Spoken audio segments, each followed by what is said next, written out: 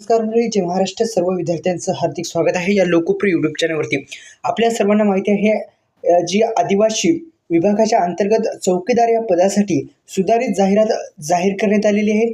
यामध्ये पदभरती कशा पद्धतीने होणार आहे, आता नवीन काही अपडेट आलेले आहेत, याची संपूर्ण जाहिरात मी व्हिडिओच्या माध्यमातून देणार आहेत आणि समजून सांगणार आहे. त्यामुळे या यूट्यूब चॅनलला आपण जर सबस्क्राईब केले नसेल तर आपण सर्वांनी सबस्क्राईब करून बेल आयकॉनला प्रेस करायचं आहे, जेणेकरून अशाच नवनवीन व्हिडिओचं नोटिफिकेशन तुमच्या मोबाईलवरती येत जाईल.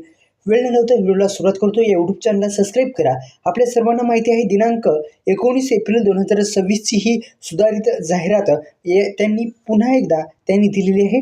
आपल्या सर्वांना माहिती आहे आयुक्त आदिवासी विभाग महाराष्ट्र शासनाद्वारे नाशिक यांच्या अधिपत्याखाली चौकीदार या पदासाठी आपल्या सर्वांना माहिती आहे 416 या पदाच्या सरळ सेवा भरतीकरिता जाहिरात प्रसिद्ध झालेली आहे. आता पहा, एक महत्त्वाचा असा अपडेट आलेला आहे. वेगवेगळ्या जिल्ह्यासाठी वेगवेगळे कार्यालयासाठी ही जी पदसंख्या आहे, एकूण पदसंख्या सुद्धा तुम्ही पाहू शकता. अशा पद्धतीची पदसंख्या आहे. आता नवीन अपडेट काय आहे ते जाणून घेऊ.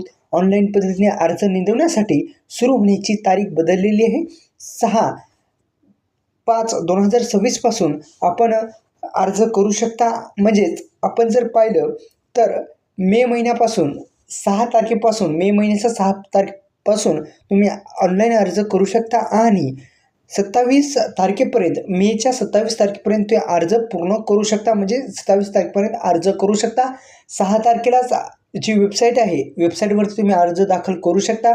6, 7, 8 या तारखेमध्ये तुम्ही भरून घेऊ शकता. वेळ न लावता तुम्ही भरून घ्या, जेणेकरून जी वेबसाईट आहे ती चालू राहील. हे महत्त्वाचे असे अपडेट याच्यामध्ये देण्यात आलेले आहेत आणि चौकीदार या पदासाठी जबरदस्त अशी अपॉर्च्युनिटी तुमच्यासाठी मी घेऊन आलेलो आहे.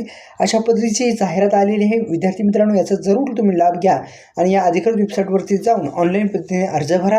तुम्हाला 1 महिन्यात सरकारी नोकरीची परिपूर्ण तयारी करायची असेल तर कमेंट बॉक्समध्ये तुम्हाला ई बुक भेटून जाईल. धन्यवाद.